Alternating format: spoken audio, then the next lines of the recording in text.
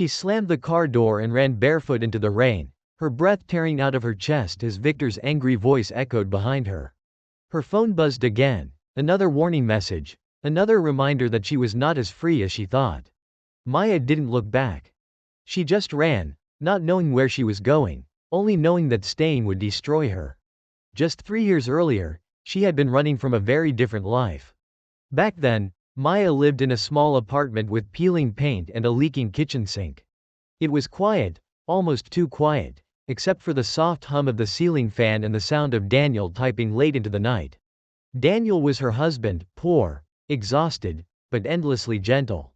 He worked during the day and studied at night, chasing a dream that seemed to move further away the harder he tried. Maya sat on the edge of the bed one evening, scrolling through her phone, watching strangers live lives that felt impossible. Fancy dinners. Beach vacations. Smiling couples wearing clothes that cost more than their monthly rent. She sighed loudly, hoping Daniel would hear. "I'm tired," she said. Daniel looked up. "I know. Me too. But we'll get there. I promise." "You always say that," she snapped. "Promises don't pay bills." He closed his laptop slowly. "I'm trying, Maya. Every single day. Trying." That word began to sound like an insult to her. Trying didn't stop the electricity from being cut off for 2 hours that afternoon. Trying didn't erase the embarrassment she felt when friends stopped inviting her out because she always said she couldn't afford it. The cracks grew wider. Conversations became arguments. Silence became normal. Then Victor appeared. He was everything Daniel was not, at least on the surface.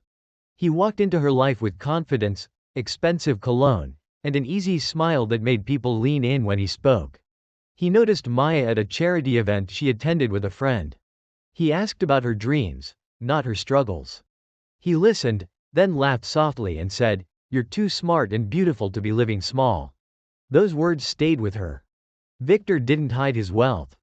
He displayed it casually, like it meant nothing to him. Dinner at places Maya had only seen online. Gifts she insisted she didn't need but secretly loved. He spoke about the world as if it were already hers.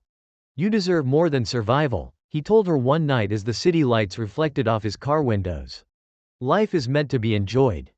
At home, Daniel noticed the distance immediately. The late nights. The way Maya smiled at her phone. The way she stopped sharing her thoughts. "Is there someone else?" he asked quietly. Maya hesitated just long enough to give him the answer. "Yes," she said. "And he makes me feel alive." Daniel didn't shout. He didn't beg. His eyes just darkened with a pain so deep it scared her. "I hope he treats you better than I ever could," he said. She left a week later. Packed her clothes. Left the apartment key on the table. Walked out without looking back. For a while, Maya felt like she had won. Victor's house was massive, silent in a way that felt powerful instead of empty. She posted photos she knew Daniel would see: designer bags, ocean views, champagne glasses. People congratulated her on leveling up. Victor encouraged it.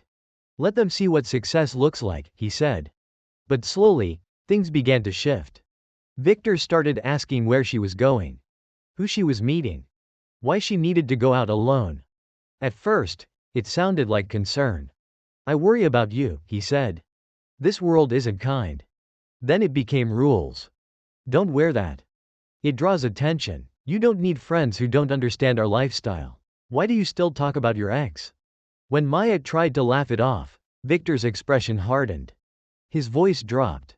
"I take care of you," he reminded her. That should be enough. The first time he checked her phone without asking, she felt a chill. The first time he raised his voice, she told herself it was stress. The first time he grabbed her wrist too tightly, he apologized with a diamond bracelet. But apologies didn't erase fear. Late one night, Maya overheard a phone call. Victor's tone was sharp, unfamiliar. Names she didn't recognize. Large sums of money. A threat whispered through clenched teeth. Her heart pounded as she backed away. She started noticing things she had ignored before. Men who came and went without introductions. Locked rooms she wasn't allowed to enter. Conversations that stopped when she walked in. One afternoon, Curiosity overcame fear. She opened Victor's laptop while he was out. Emails filled the screen, illegal deals, falsified records, messages from women who sounded desperate, frightened, silenced. Her hands shook. When Victor came home early and found her frozen in front of the screen, the air changed instantly. "You shouldn't look where you don't belong," he said calmly. "I want to leave," Maya whispered. Victor smiled, but it didn't reach his eyes. "You can't." He listed everything he controlled, her accounts, her reputation, the stories he could tell. He leaned closer. "Remember," he said softly, "you chose this life." That night, Maya understood the truth. She hadn't married into freedom. She had walked into a cage lined with gold. The fear grew unbearable. She stopped sleeping. Every sound made her jump. Every smile felt forced. Finally, she ran. That's how she ended up in the rain, breathless and shaking, dialing the first number she could think of that night. A law firm she had found through a quiet search weeks earlier, when fear had begun to outweigh pride. She expected a receptionist. Instead, a familiar voice answered. "Maya?" the voice said. She froze. "Daniel?" she whispered. He stood on the other side of the office glass an hour later, dressed in a tailored suit, calm and composed. The man who once apologized for being poor now carried himself with quiet authority. She broke down. Between sobs, she told him everything. The control. The threats. The secrets.